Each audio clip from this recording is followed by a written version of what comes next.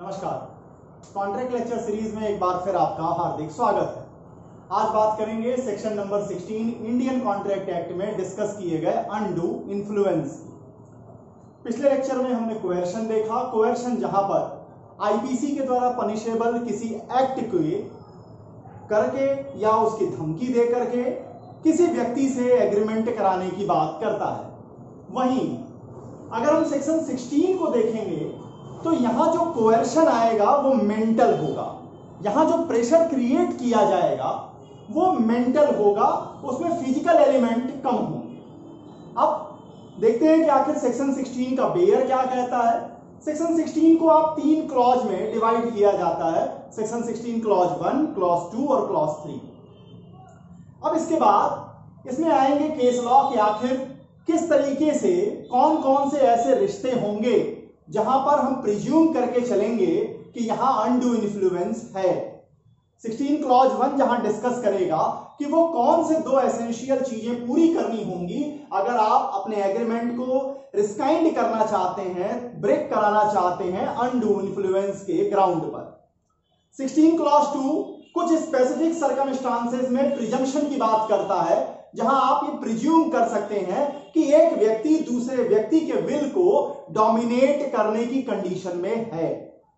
Section 16 clause 3 में जब जाएंगे तो वहां एक बात आएगी कि अगर सेक्शन 16 क्लॉज 1 की शर्तें पूरी हो गई हैं तो बर्डन ऑफ प्रूफ चला जाएगा उस व्यक्ति के ऊपर जो डोमिनेशन की कंडीशन में था। उसे साबित करना होगा कि यह एग्रीमेंट अनडू इन्फ्लुएंस से इंस्पायर्ड नहीं है, अनडू इन्फ्लुएंस के आधार पर मीडिएट नहीं की जानी चाहिए। लेकिन यह बर्डन ऑफ प्रूफ से कंफ्यूज मत होइएगा। प्लांटिफ को सबसे पहले 2 एसेंशियल्स को प्रूफ करना पड़ेगा अगर वो एग्रीमेंट से अपनी लायबिलिटी डिस्पोज करना चाहते हैं, हटना चाहते हैं एग्रीमेंट से। शुरू करते हैं सेक्शन 16 अनडू इन्फ्लुएंस। बेयर क्या कहता है?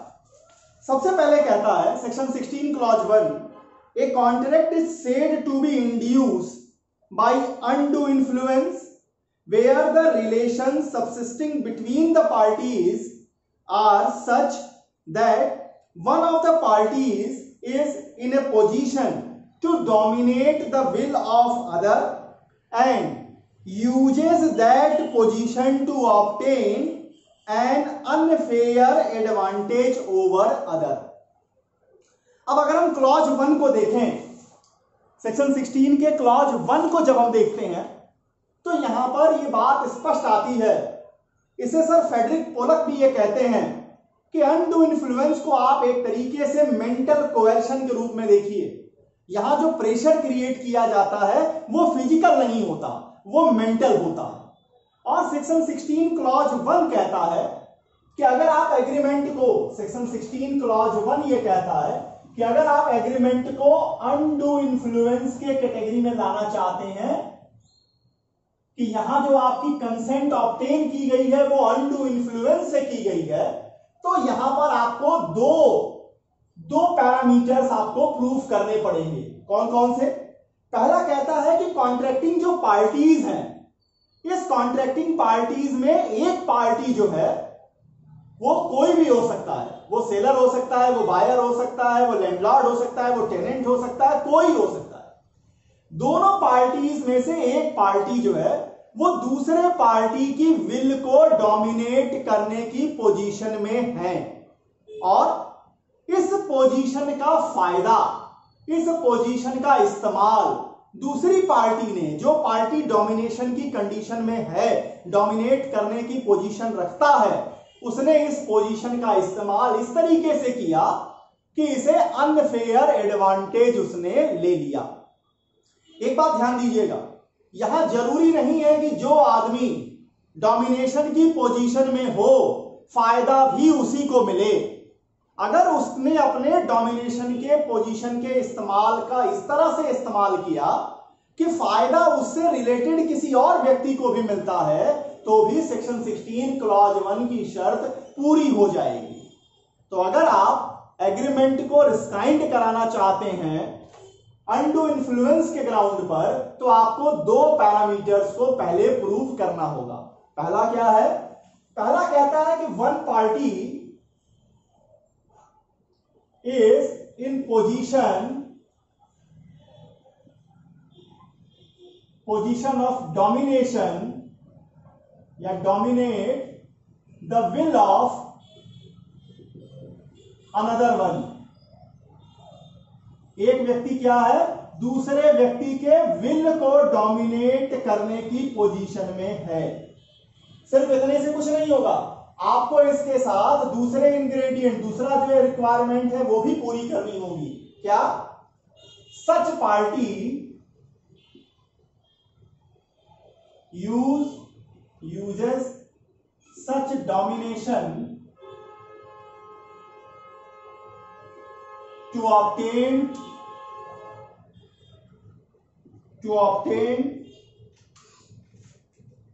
unfair advantage।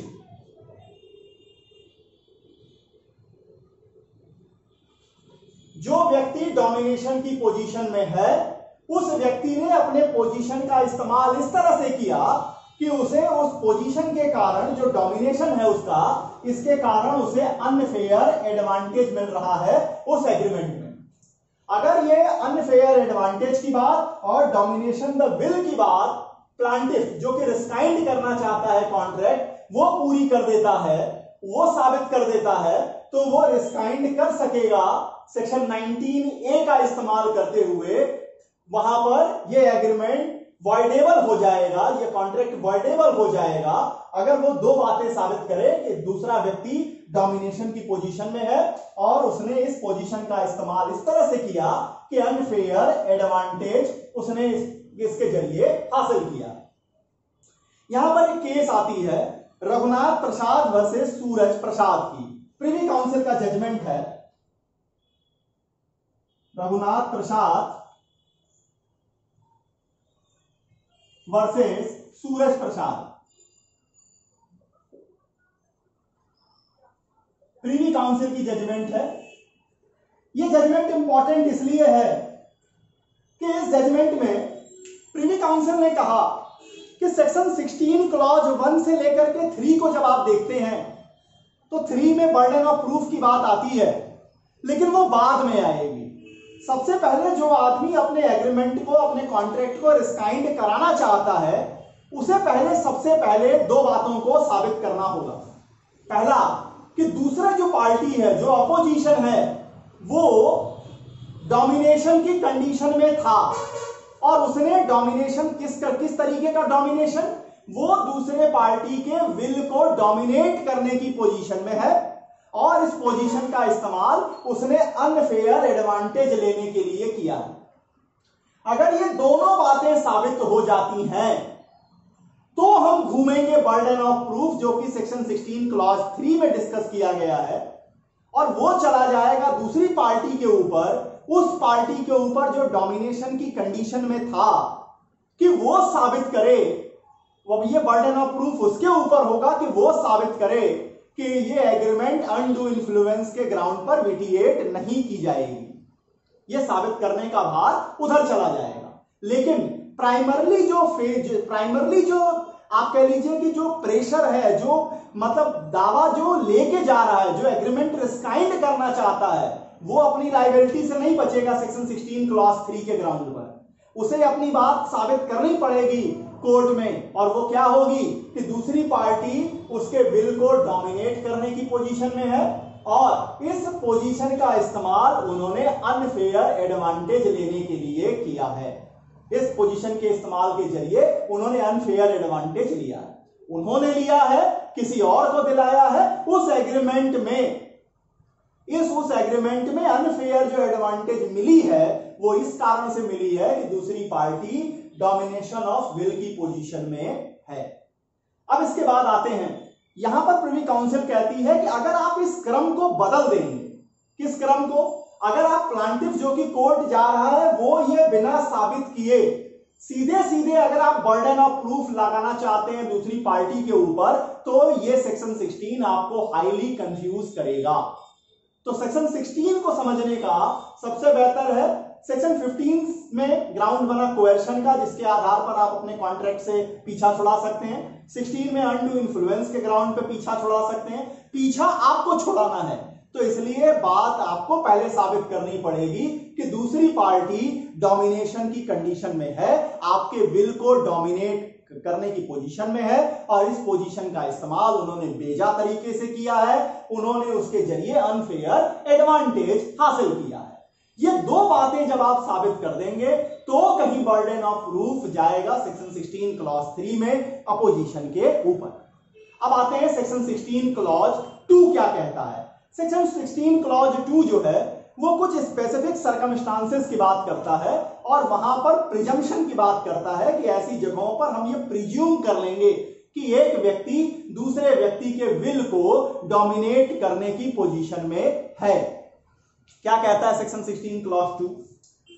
सेक्शन 16 क्लॉज 2 कहता है in particular and without prejudice to the generality of the foregoing principle, जो प्रिंसिपल उसको ऊपर बताया गया उसको बिना इफेक्ट किए हुए, a person is deemed to be in position to dominate the will of another. एक व्यक्ति दूसरे व्यक्ति के विल को डोमिनेट करने की पोजीशन में कहा जाएगा where he hold a real or apparent authority, जहां एक व्यक्ति where a person where he hold a real or apparent authority over the other, और where he stands in a fiduciary relation to the other, or where he makes a contract with a person whose mental capacity is temporarily or permanently affected by reason of either age, illness or mental or bodily distress।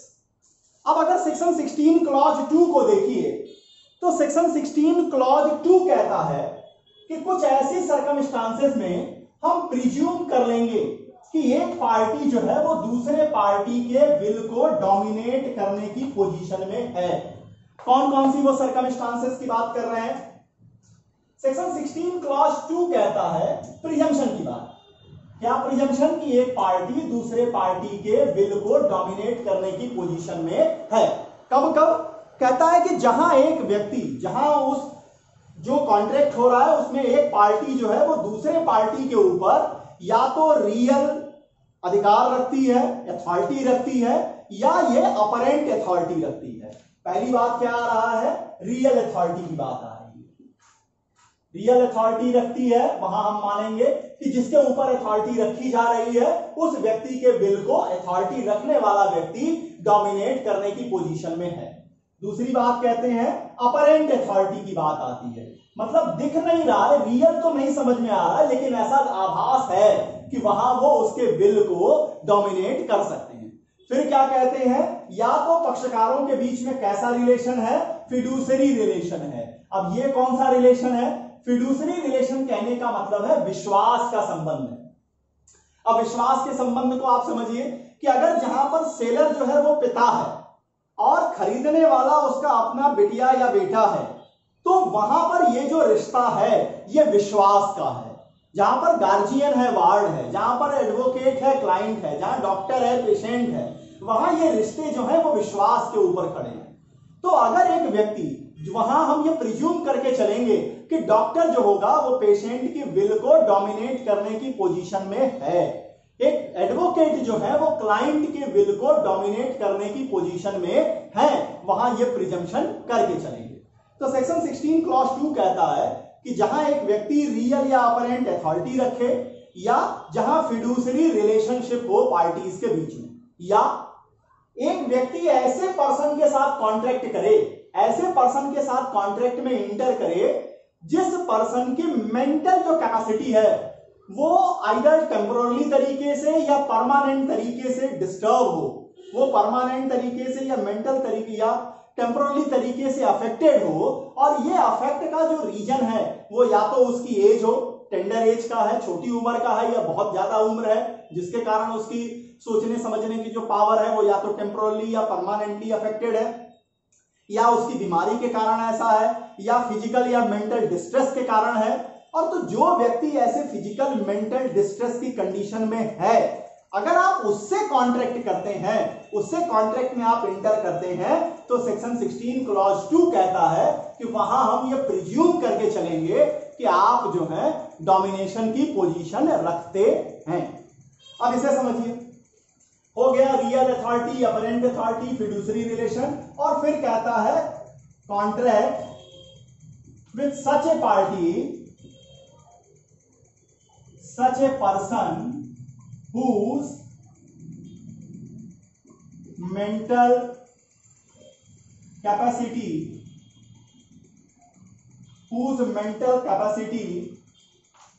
is either temporarily or permanently affected by किस द्वारा, age, illness, physical means bodily, और physical और mental distress. इतनी चीजें I section 16 clause 2 में। अब यहां पर केस आती है फिलिप लुका वर्सेस फ्रांसीशियन एसोसिएशन। केस का नाम है फिलिप लुका वर्सेस फ्रांसीशियन एसोसिएशन। इस केस में कोर्ट ने डिस्कस किया उन रिश्तों को जहां हम ये प्रिज्यूम करके चलेंगे कि एक पार्टी दूसरे पार्टी के विल को डोमिनेट करने की पोजीशन में है। केस का नाम है फिलिप लुका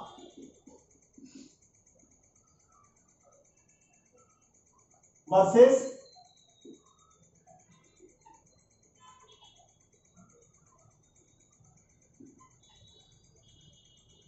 फ्रांसीशियन एसोसिएशन। क्या कहा है कोर्ट ने?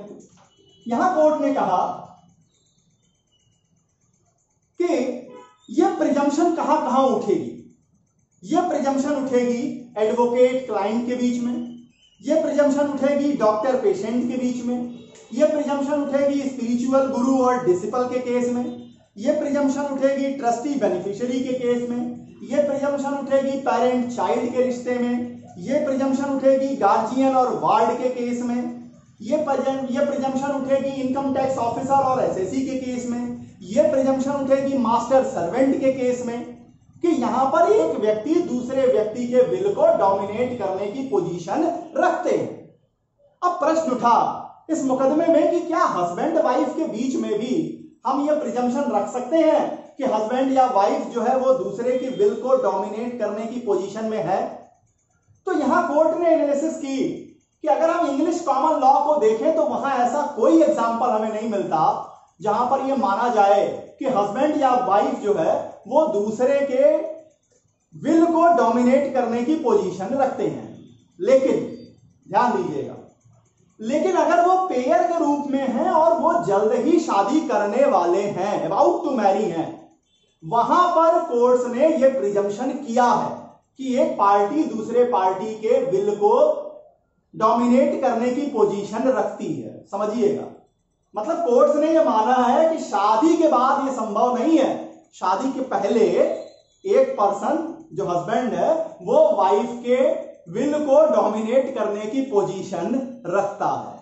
शादी के बाद क्या होगा वो हमसे अच्छा आप सभी जानते हैं।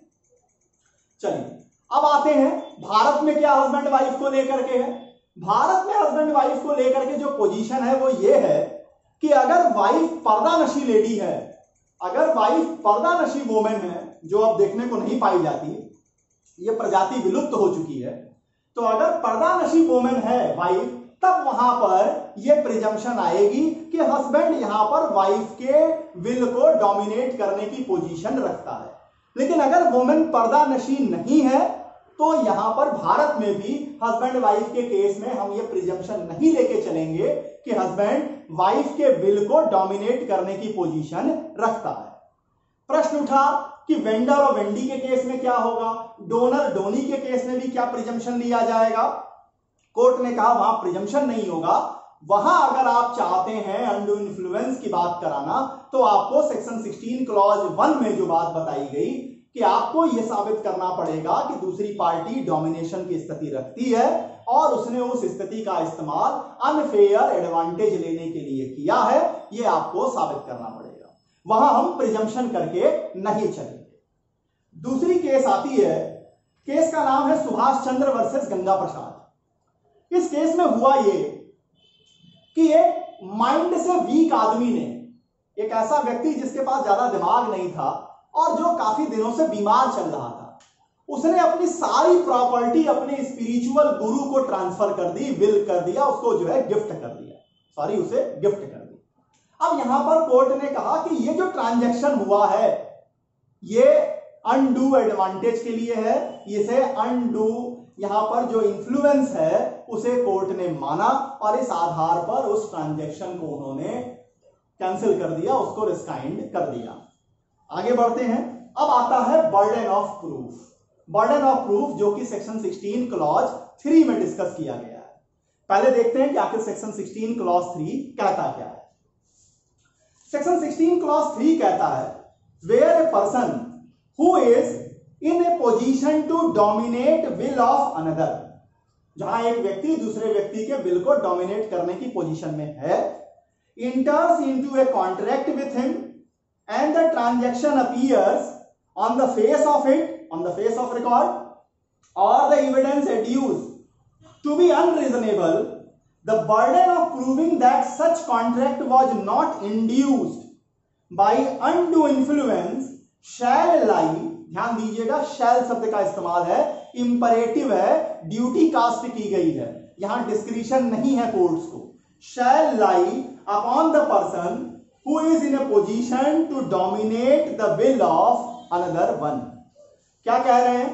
कह रहे हैं कि जहां पर सेक्शन 16 क्लॉज 1 में या सेक्शन 16 क्लॉज 2 में, दोनों में अगर यह बात स्पष्ट हो जाती है कि एक व्यक्ति दूसरे व्यक्ति के विल के ऊपर डोमिनेशन की कंडीशन पोजीशन को रखते हैं और ऐसे व्यक्ति के साथ वो कॉन्ट्रैक्ट में इंटर करते हैं, वो कॉन्ट्रैक्ट प्राइमा फेसाई देखने पर ही या जो एविडेंस प्रोड्यूस किए जाए उनके आधार पर साफ समझ में आता है कि ये जो कॉन्ट्रैक्ट किया गया है ये अनरीजनेबल है, तो यहां पर बर्डन ऑफ प्रूफ चला जाएगा उस व्यक्ति के ऊपर जो डोमिनेशन की पोजीशन रखते हैं। क्या उन्हें साबित करना होगा? उन्हें यह साबित करना होगा, एविडेंस उन्हें देना होगा कि ये पूरा जो कॉन्ट्रैक्ट किया गया है इसमें कोई अनडू इन्फ्लुएंस नहीं किया गया है। ऐसा वो कैसे साबित करेंगे?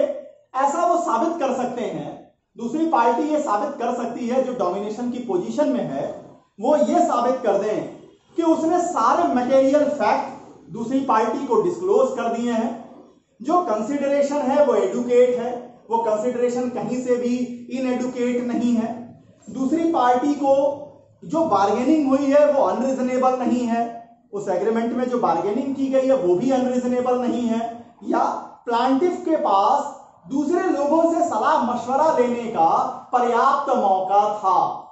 ये बातें अगर साबित कर देंगे तो वहां पर विटिएट नहीं की जाएगी अनडू इन्फ्लुएंस के आधार पर। लेकिन अगर ऐसा नहीं हुआ, एक पार्टी दूसरे पार्टी के विल को डोमिनेट करने की पोजीशन में है, या हमने प्रिज्यूम किया है सेक्शन 16 क्लॉज 2 में, और उस पोजीशन का इस्तेमाल अगर आपने अनफेयर एडवांटेज लेने के लिए किया, ऐसा फेस ऑफ द रिकॉर्ड से क्लियर हो जा रहा है या एविडेंस से क्लियर हो जा रहा है, तो वहां पर बर्डन ऑफ प्रूफ चली जाएगी उस पर्सन के ऊपर जो डोमिनेट करने की पोजीशन रख रहा था। केस लॉ के जरिए देखते हैं कि आखिर कहां यह माना जाएगा, कैसे हम ये कहें कि नहीं यहां पर यह प्रिजम्पशन हुआ या ये एविडेंस के ग्राउंड पर निकला। एक केस आती है भीम भट्ट वर्सेस यशवंत राव की, भीम भट्ट वर्सेस यशवंत राव की। सेक्शन 16 क्लॉज 3 ये बात करता है बर्डन ऑफ प्रूफ की, किसके ऊपर चली गई है? On dominating person, dominating party कर दीजिए। केस कौन सी आती है? भीम भट्ट वर्सेस यशवंत राव।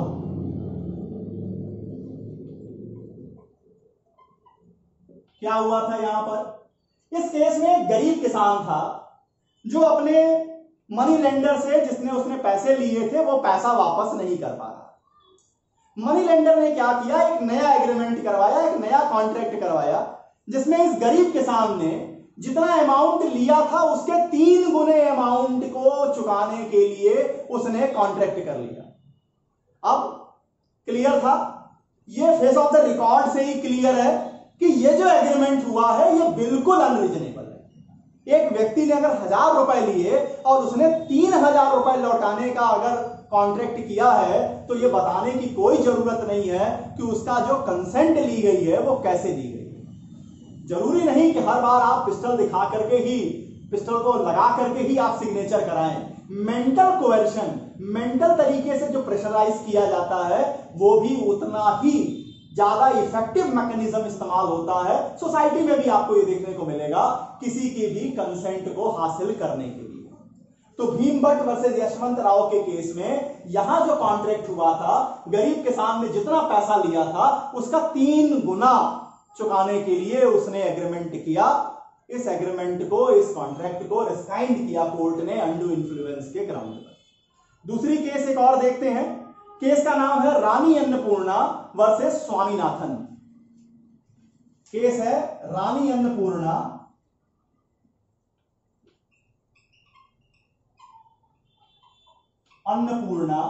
वर्सेस स्वामीनाथन।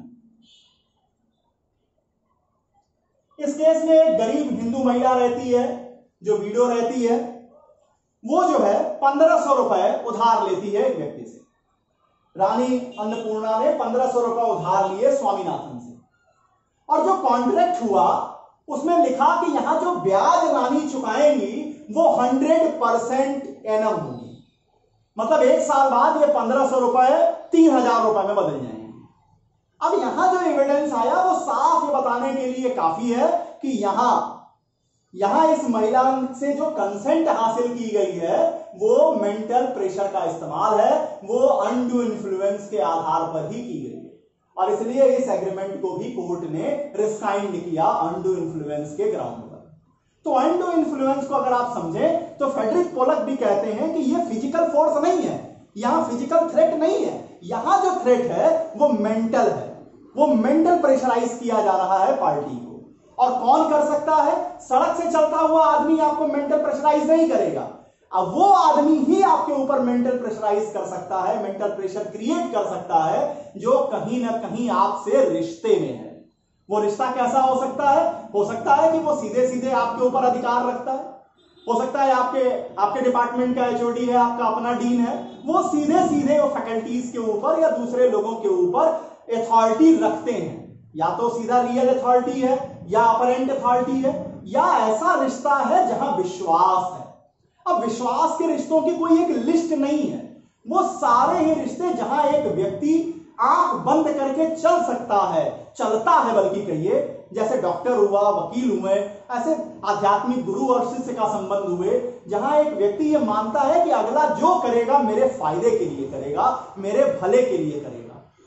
तो जो ऐसी पोजीशन में है जिसको भला करना चाहिए, अगर वो आप भला जग भला के कॉन्सेप्ट पे चलने वाला निकला तो याद रखिएगा आप अनडू इन्फ्लुएंस के आधार पर उस कॉन्ट्रैक्ट को रिस्काइंड करा सकते हैं।